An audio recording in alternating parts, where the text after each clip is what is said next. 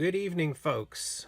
I just got back from the range tonight, and I've just recently got this Performance Center M&P shield. As you can see, it probably looks a little newer, but I just recently got it, taking advantage of the various rebates that are out there, and I kind of bought it with the eye towards replacing my original shield, or the base shield that I bought. Base shield with no manual safety. Performance Center, this one has a manual safety, because for whatever reason all the Performance Centers have a manual safety. But I've been thinking about replacing it, and because of the way the market is on shields right now with all the crazy rebates, obvious reason why I bought this after I get the rebate back. I think it was going to end up, I have paid probably about $330 for this, which is probably right about the same amount that I paid for this when I originally bought it, when it was on some crazy sale at Cabela's, and I used some Cabela's bucks to get it. But I've had the eye towards replacing this with the Performance Center and settling this at some point down the road.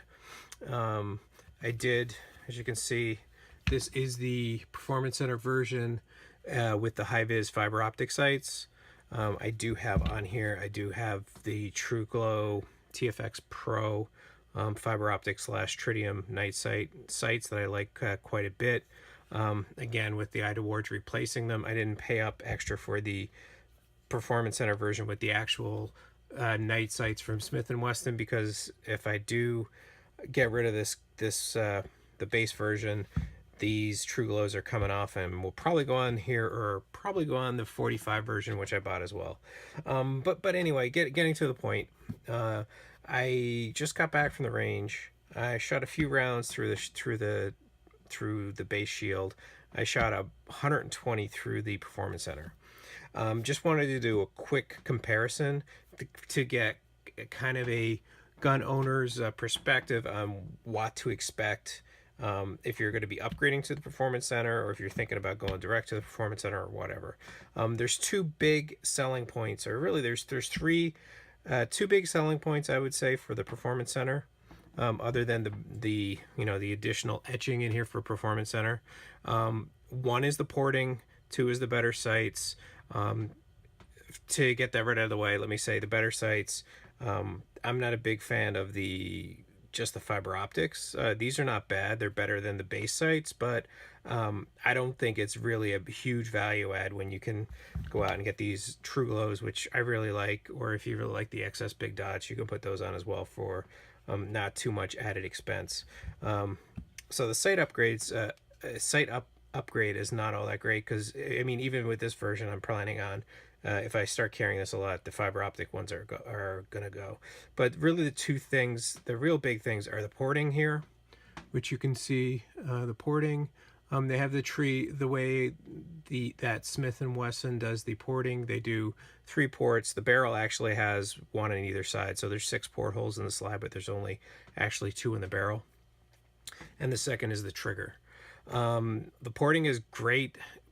Firing these back to back, I can really notice the felt recoil with the Performance Center is noticeably less. I mean, I don't typically find the M&P shield is too bad with recoil for the size of the gun. With the porting, it's just, it's just less. It feels less. You can, if you're trying to shoot fast, you can get directly back on the target quick. So that's a good thing. A bad thing, which I'll show in a second, is how dirty it gets inside, but that's kind of the downside.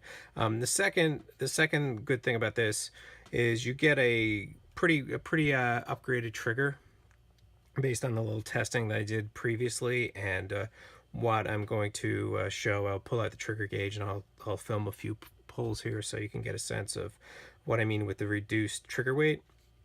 And it's really, I don't know, I'm not familiar with the Apex trigger kit for the shield. I know I've seen videos where people bought the Performance Center and they still swapped out this trigger for the Apex kit. I have no plans on doing that. This trigger seems like a nice upgrade over the standard trigger, so I'm pretty happy with this. But let's take a quick look at the triggers themselves. And first, let's do a safety check as I'm going to be pulling the trigger. As you can see, nothing in the chamber except for right now my dirty finger, and there's no ammunition on the table. Similarly, performance center, nothing in the chamber. There's nothing in here. Everything is safe. As you can see, I've just been shooting, so my fingers are a little dirty here now. But yeah, so first, if you look at the trigger pull on the base shield, you can see it has obviously both have the hinge trigger, which some folks don't like, but you know, I'm kind of okay with it. But that kind of contributes to the trigger pull itself as you're pulling the entire trigger. So it seems like you get some creep, you hit a wall, and you kind of pull through that wall with some travel, and then the brake. And then for the reset, you can see probably the best thing to look, if you could see here, is the gap between the bottom of the trigger and that over travel tab that's on the finger guard. You get a good idea of the spacing there, or you can probably look where my finger is lining up to that roll pin here right underneath the takedown lever, right? So that's the basic travel, right? So that's where your reset is. That's where you hit the wall, right? So it's just looking again. You get a little bit of mush and grit. You hit that wall, so to speak. There's a little bit of travel, and then there's the brake and the reset. You can see when it resets, the trigger kind of almost pops forward. There you go.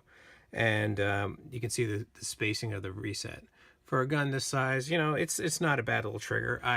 When I bought this, at first I thought it was a fine little trigger. I could shoot it really, really well right out of the box. So I was really happy with it. And then I started reading about how people hated the trigger. I will say, compare this trigger to like a Glock 43 trigger. The Glock 43 has a much better trigger than this. I know the people say the Walther is supposed to have a great trigger. I haven't shot the PPS, so maybe down the road.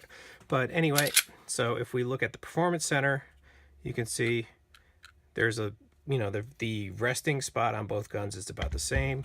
When you pull it, there's a wall. You can see that wall is further back than what it is for the standard version here, and there is very little travel. And then there's the brake, and when you look at the reset is nicer. It's closer forward.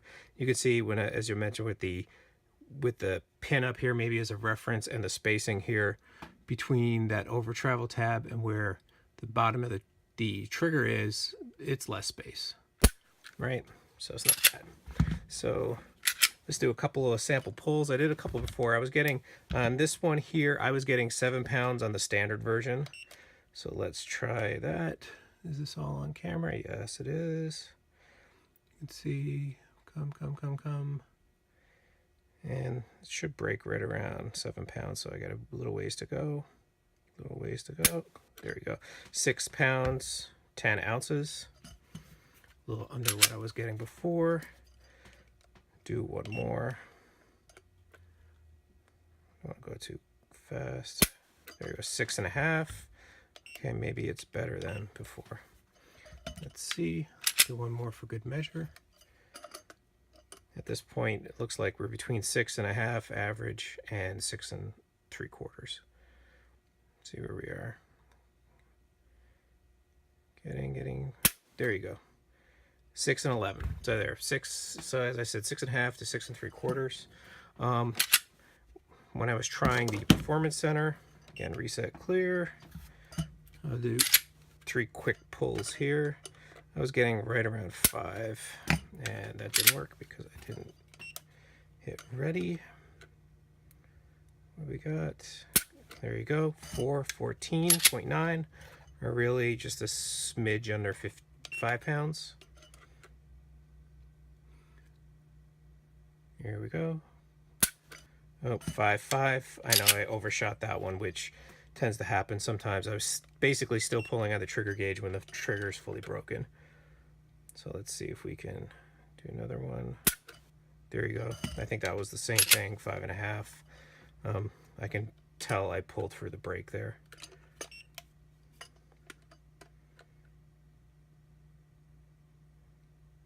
Let's go.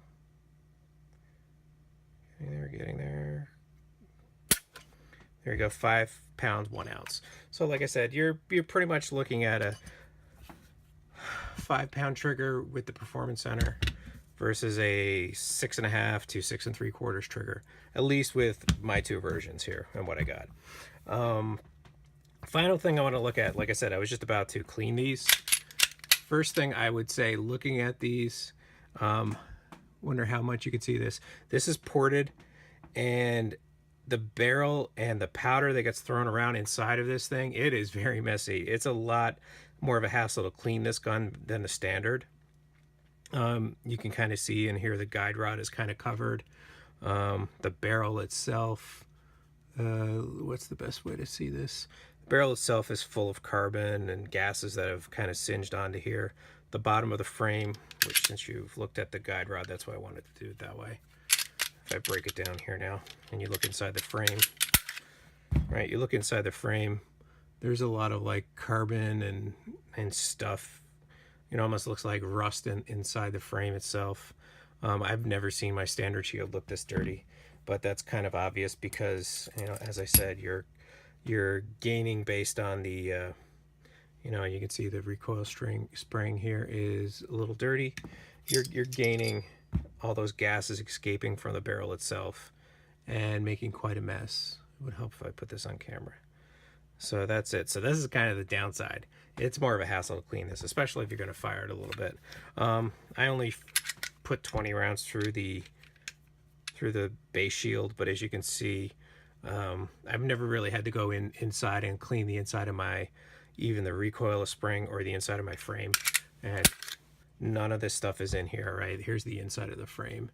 It's nothing. This is all I typically do with the front part of the frame here is just wipe it down with a little bit of rubbing alcohol and a Q-tip, and you know, it comes quite clean. And the barrel itself, barrel's clean. Inside of the frame looks pretty clean, right? Barrel's fine. So that's about it. I mean, all told, I think the Performance Center version is worth the money.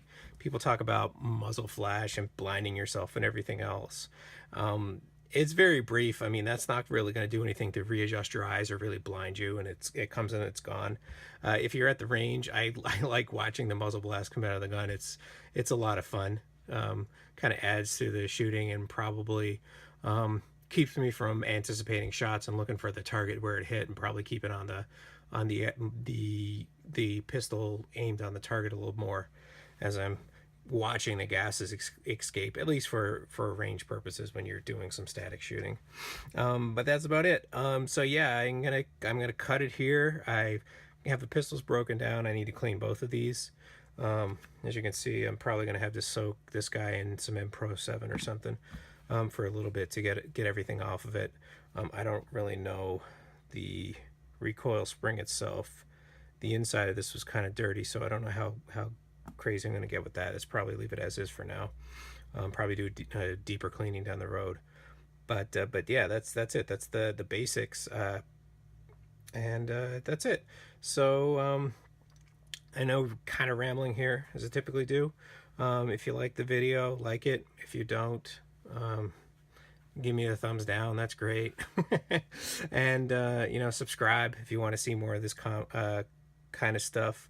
I'm really just talking about the pistols I own and some of the things I've seen. I'm not really doing like full reviews or anything. You know, it's really sample of one. This is what I see, and these are the experiences I've had with them. So that's it. And thanks for watching.